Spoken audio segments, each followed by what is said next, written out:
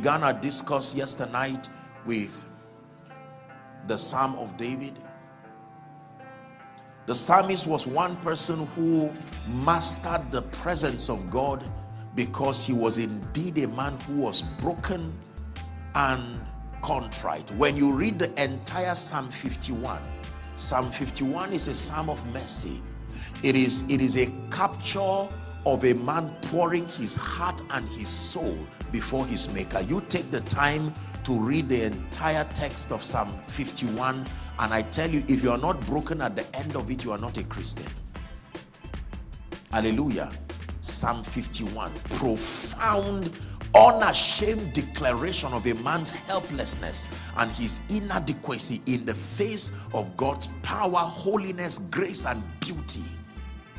No wonder God called him. God never called Abraham a man after his heart. Never called Moses, who saw him face to face, a man after his heart. This was a title that God carved and gave the psalmist as a gift for the depth and the extent of his brokenness. He called him a man after his heart. Are we learning this morning? A state of realization that translates into an acknowledgement of our limitations and inadequacies. Now, we live in a world where our confidence is largely hinged on our various levels and degrees of competencies. It is usually an embarrassing thing to discover that you are incapable in any area. It's not something the human would receive normally. Are we together now? Chances are excellent that if I cannot put on this mic, it would take me a lot of struggle to ask someone to assist me, because the awareness of being inadequate is something that men do not easily want to admit. It takes a long journey with God to come to a point where you realize that, look, there's no point wasting time. I do not know my way around this. That in God's dealing with men, he's aware of that tendency that men can rigmarole and gallivant around seasons of failure and would never come to a point where they simply acknowledge that, God, I am tired of this 40 years journey. Open my eyes and show me the way. And God is loving, but he's also disciplined enough to allow you until your brokenness calls him. You would think that just because you are suffering, God is touched with the feelings of your infirmity, but he's bound himself with rules of engagement. He does not just engage erratically and emotionally.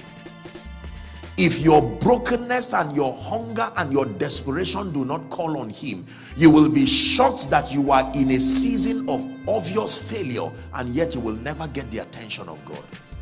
This is something about God that many believers do not understand. So they get angry and say, God, you mean you are watching this? This is what happened to Cain in the Bible. Cain would have simply asked, what did Abel do that I am not? Because it was clear that it was not a communication gap. God was hearing him. God spoke to him and it was not even repentant. He said, am I my brother's keeper? Are you not God? Use your all-seeing eye to find where my brother went to. God. If you heard the voice of God, would you answer that way? You'll be on your knees saying, thank you, Lord, for speaking with me. But here is a stubborn man, to the point that God cursed him and he said, hold on, I know I'm cursed, but you be careful with what you are saying. If you curse me this way, everyone who sees me will now kill me. What does it profit? And God said, you know what, okay, what sort of a man is this?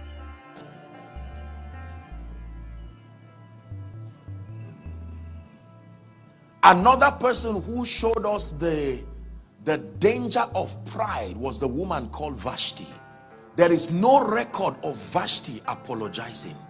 There is no record of Vashti coming before King Ahasuerus to say, I realize my wrong. There was no brokenness. Are we blessed?